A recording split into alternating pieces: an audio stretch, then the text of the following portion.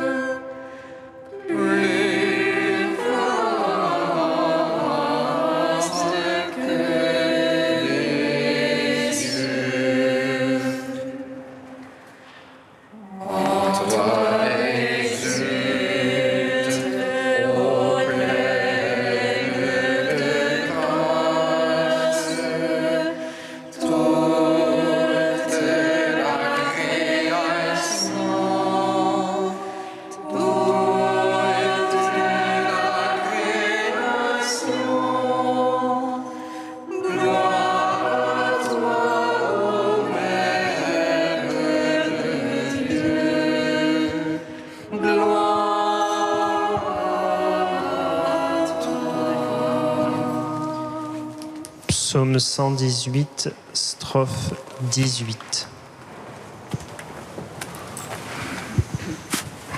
Ô Vierge Marie, fille d'Israël,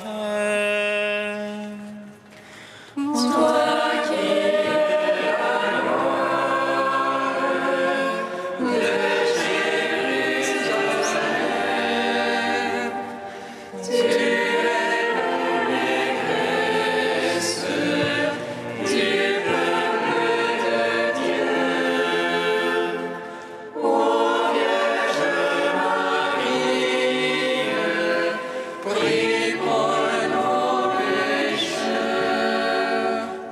juste que tu es, Seigneur, droiture que tes jugements.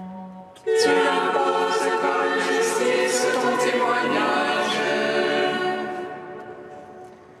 comme entière vérité. Le zèle de ta maison me consume, car mes oppresseurs oublient ta parole. Ta promesse est éprouvée entièrement. Ton serviteur l'a chéri. Chétif que je suis et méprisé, je n'oublie pas tes préceptes. Justice éternelle que ta justice. Vérité que ta loi. Angoisse, oppression m'ont saisi, tes ordres font mes délices. Justice éternelle que ton témoignage. Fais-moi comprendre et je vivrai. Gloire au Père, au Fils, au Saint-Esprit, pour les siècles des siècles. Amen. Ô Vierge Marie, fille d'Israël, toi qui es la gloire de Jérusalem, tu es l'allégresse du peuple de Dieu. Ô Vierge Marie, prie pour nos pécheurs. Psaume 130. Nous te saluons, Notre-Dame, nous te bénissons, Mère de miséricorde.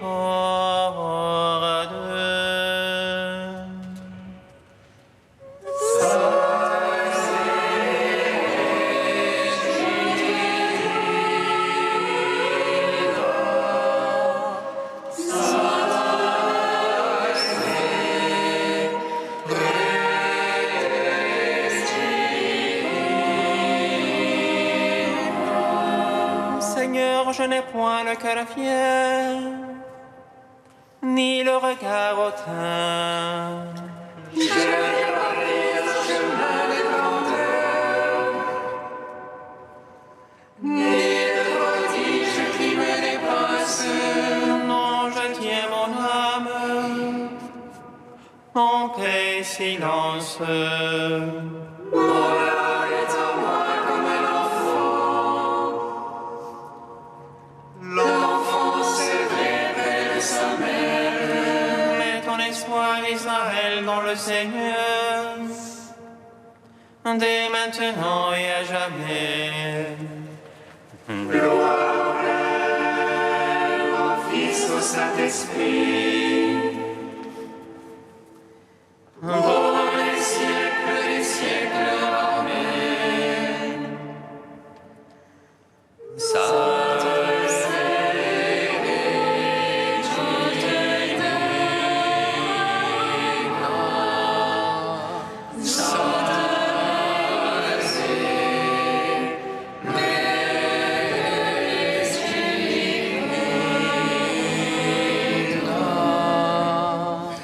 Psaume 131.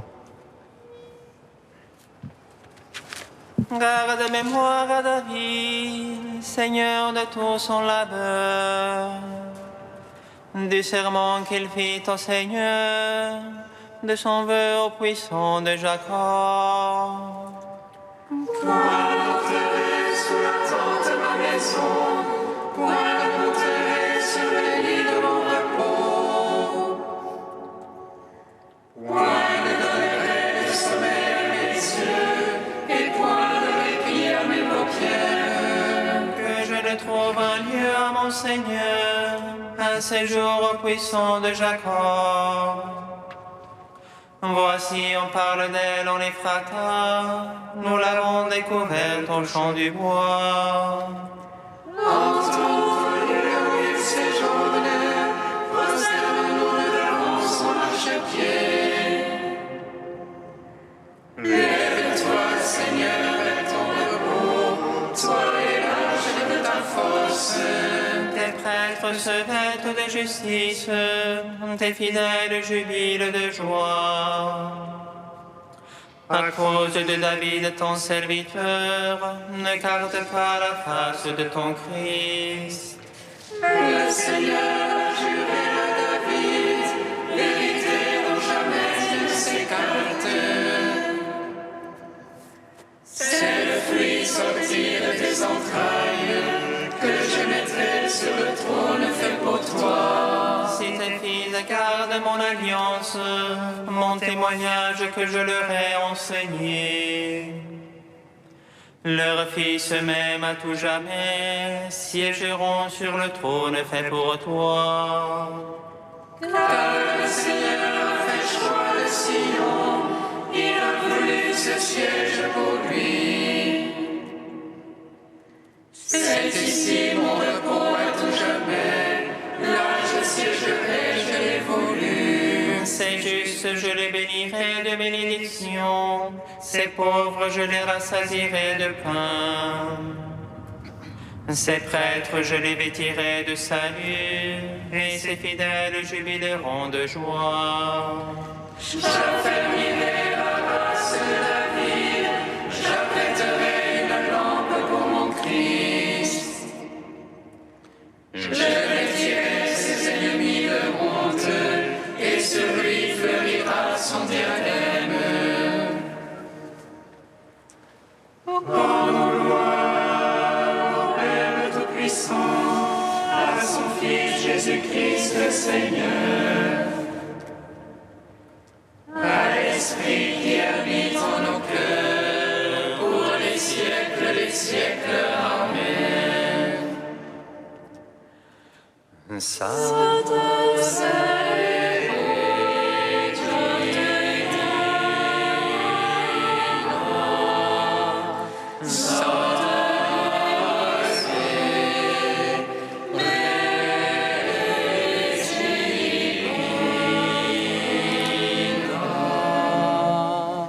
Cantique de Baruch, page 317. C'est lui qui sait tout, connaît la sagesse, par son intelligence il l'a scruté. Lui qui a fondé la terre pour toujours, l'a remplie d'êtres vivants. Il envoie le miel et le pain, il appelle le lit au tremblant. Les étoiles brillent à leur poste joyeuse, à sa voix le monde nous voici. Elle les brille avec joie pour leur auteur, c'est lui notre Dieu. Aucun autre ne lui est comparable, il a scruté la connaissance tout entière. Il a révélé à Jacob son serviteur, à Israël son bien-aimé. Ainsi est-elle apparue sur la terre, elle a conversé avec les hommes. Elle est le livre des préceptes de Dieu, la loi qui subsiste éternellement. C'est lui qui la garde vivra, quiconque l'abandonne mourra. Reviens Jacob, saisis-la, marche vers sa splendeur, sa lumière. Heureux sommes-nous Israël, ce qui plaît à Dieu nous fut révélé. Rendons gloire au Père Tout-Puissant, à son Fils Jésus-Christ le Seigneur, à l'Esprit qui habite en nos cœurs, pour les siècles des siècles. Amen.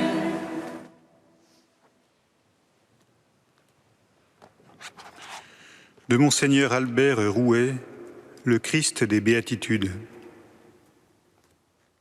Heureux les affamés et assoiffés de justice, ils seront rassasiés. Cela signifie d'abord et avant tout, heureux ceux qui se laissent travailler par Dieu. Heureux ceux qui se laissent pétrir par Dieu, saisir par Dieu, pour que ce soit la beauté de Dieu qui resplendisse dans leur cœur, pour que constamment ce que nous ne sommes pas, n'étant que de pauvres êtres, Dieu lui-même, en le transfigurant, nous permette enfin d'exister transfigurés. Un homme juste est celui qui devient justement ce que Dieu désire. Ce pardon, ce salut s'appelle la justification. Dieu nous rend justes. Dieu nous rend capables de le rencontrer. La beauté de cette rencontre où nous devenons celui que nous rencontrons parce qu'il est devenu ce que nous sommes pour nous rencontrer. Dieu s'est fait homme pour que l'homme devienne Dieu. Tel est son secret. Secret infini de deux libertés qui se rencontrent. Secret infini qui se tient dans la personne du Christ, véritablement homme, pas simplement parce qu'il a eu faim, soif, qu'il a pleuré et qu'il est mort, mais parce que sa faim est la faim de Dieu, parce que sa soif est la soif de Dieu, parce que sa mort est Dieu éprouvant notre mort. Véritablement Dieu dans le mystère de sa personne. Cette jonction, cette alliance, la béatitude nous l'affirme.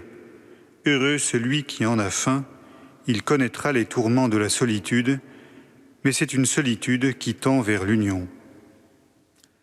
Il connaîtra la torture de laisser se dépouiller en lui tout ce qui n'est pas Dieu, l'unique aimé. Heureux celui qui a faim et soif, parce que la faim relance son désir, parce que la soif relance son amour, et le Christ lui-même devient son espérance.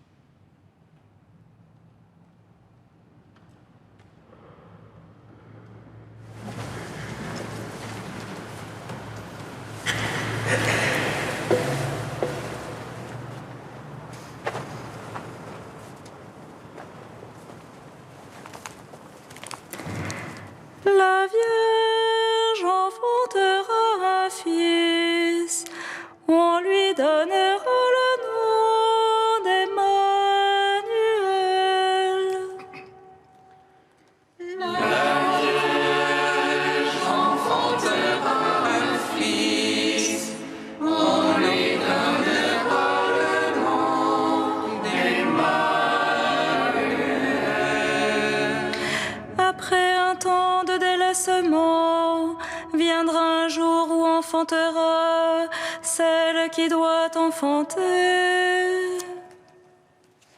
La Vierge enfantera un fils, on lui donnera le nom d'Emmanuel.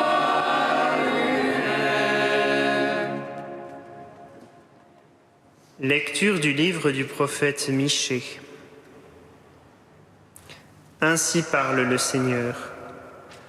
Toi, Bethléem, Ephrata, le plus petit des clans de Juda, c'est de toi que sortira pour moi celui qui doit gouverner Israël. Ses origines remontent au temps jadis, au jour d'autrefois. Mais Dieu livrera son peuple jusqu'au jour où enfantera celle qui doit enfanter. Et ceux de ses frères qui resteront rejoindront les fils d'Israël. Il se dressera et il sera leur berger par la puissance du Seigneur, par la majesté du nom du Seigneur son Dieu. Ils habiteront en sécurité, car désormais, il sera grand jusqu'au lointain de la terre, et lui-même, il sera la paix. Gloire à toi, ô Dieu vivant, gloire à toi. Gloire à toi, ô Dieu vivant, gloire à toi.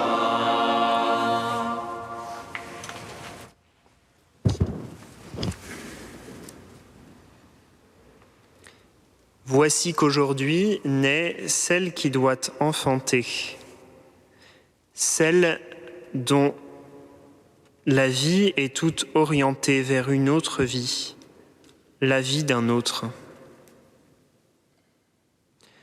Offrir à Dieu sa chair humaine afin de donner chair au Fils de Dieu, voilà tout le sens de la vie de cette jeune fille juive. Cette chair est une terre et un peuple, une terre promise et un peuple élu.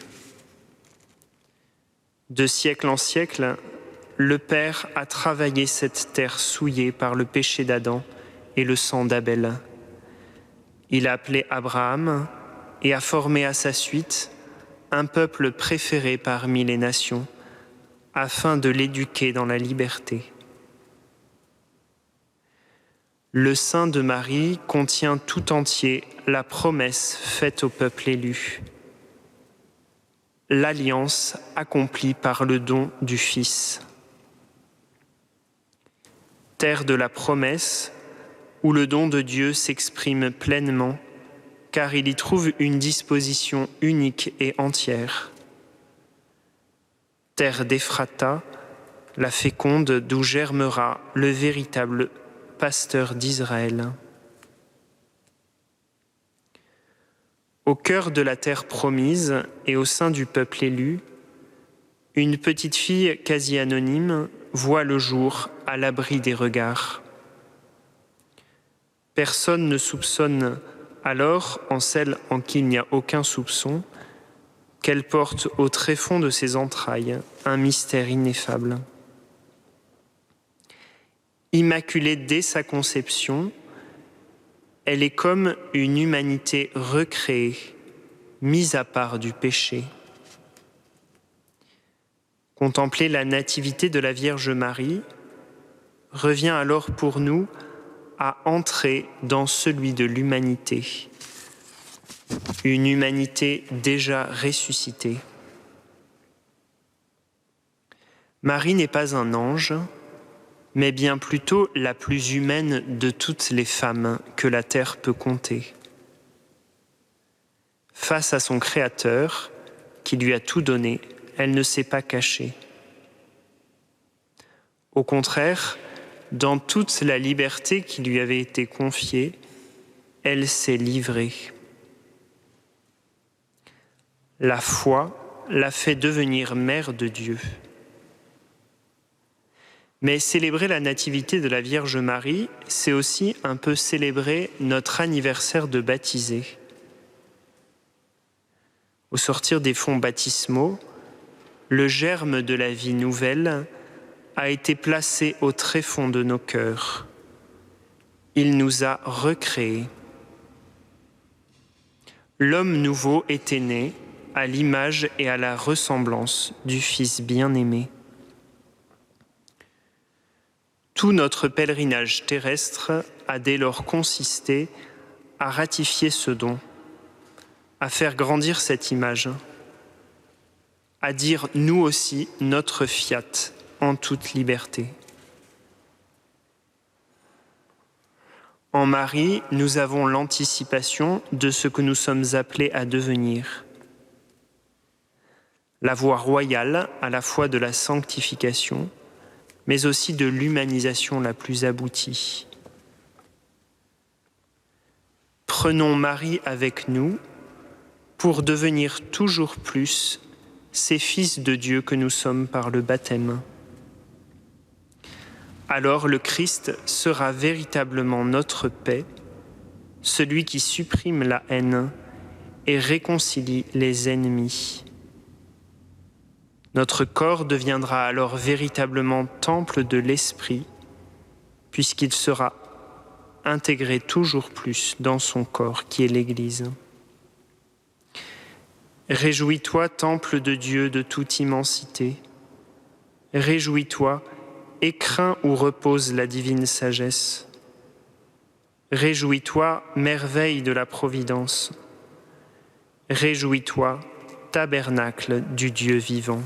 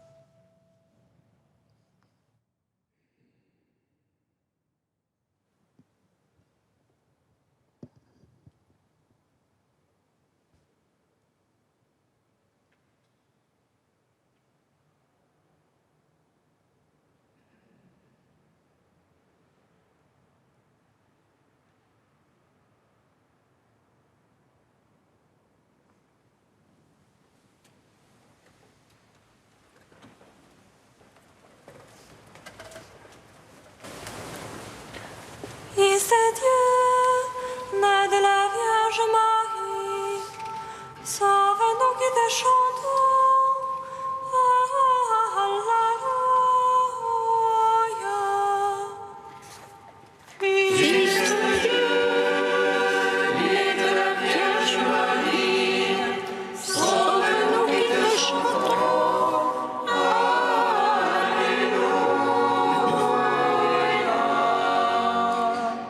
En cette fête de la Nativité de Marie, nous te rendons grâce, Seigneur, pour les enfants qui naissent en ce jour.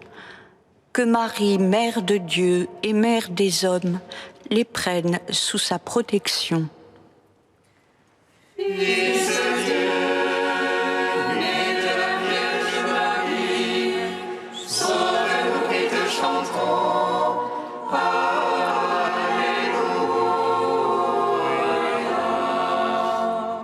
Avec Marie, nous te rendons grâce, Seigneur, pour tous ceux qui ont repris force et courage durant ces mois d'été, qu'ils sachent prendre soin et aident au mieux tous ceux qui n'ont pas eu de vacances. Fils de Dieu, vie de la Vierge Marie, sauve-nous et te chantons.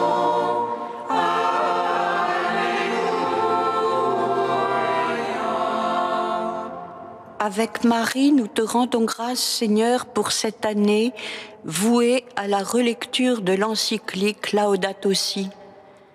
Que cette initiative donne naissance à des progrès tangibles dans la défense et le respect de notre maison commune.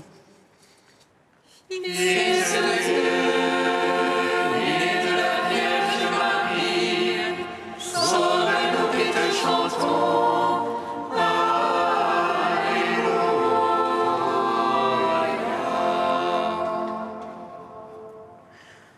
Dieu saint, saint fort, saint immortel, prends pitié de nous.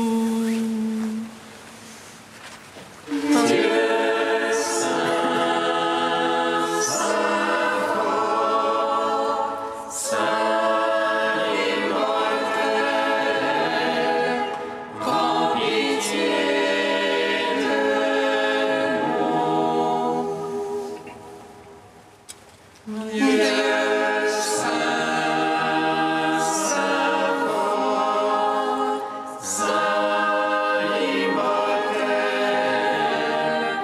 prends pitié.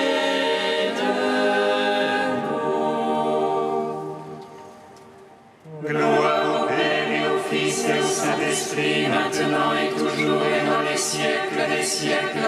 Amen. Saint immortel, prends pitié de nous. Dieu saint, saint fort, saint immortel, prends pitié de nous. Comme nous l'avons appris du Sauveur et selon son commandement, nous osons dire: Notre Père, qui es aux cieux, que ton nom soit sanctifié, que ton règne vienne, que ta volonté soit faite sur la terre comme au ciel. Donne-nous aujourd'hui notre pain de ce jour. Pardonne-nous nos offenses, comme nous pardonnons aussi à ceux qui nous ont offensés. Et ne nous laisse pas entrer en tentation, mais délivre-nous du mal. Car c'est à toi qu'appartiennent le règne, la puissance et la gloire pour les siècles des siècles. Amen.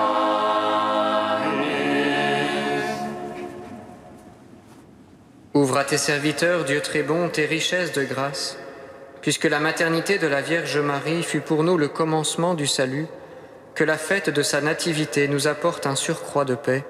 Par Jésus-Christ, ton Fils, notre Seigneur et notre Dieu, qui vit et règne avec toi et le Saint-Esprit, maintenant et pour les siècles des siècles. Amen. Bénissons le Seigneur.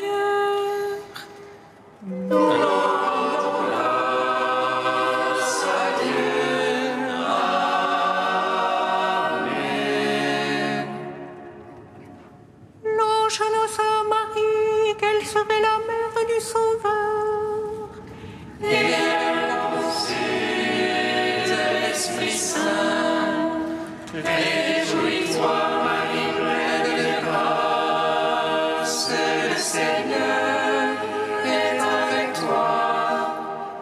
Tu es bénie entre les femmes et Jésus, le fruit de ton sein, est béni. Voici la servante du Seigneur.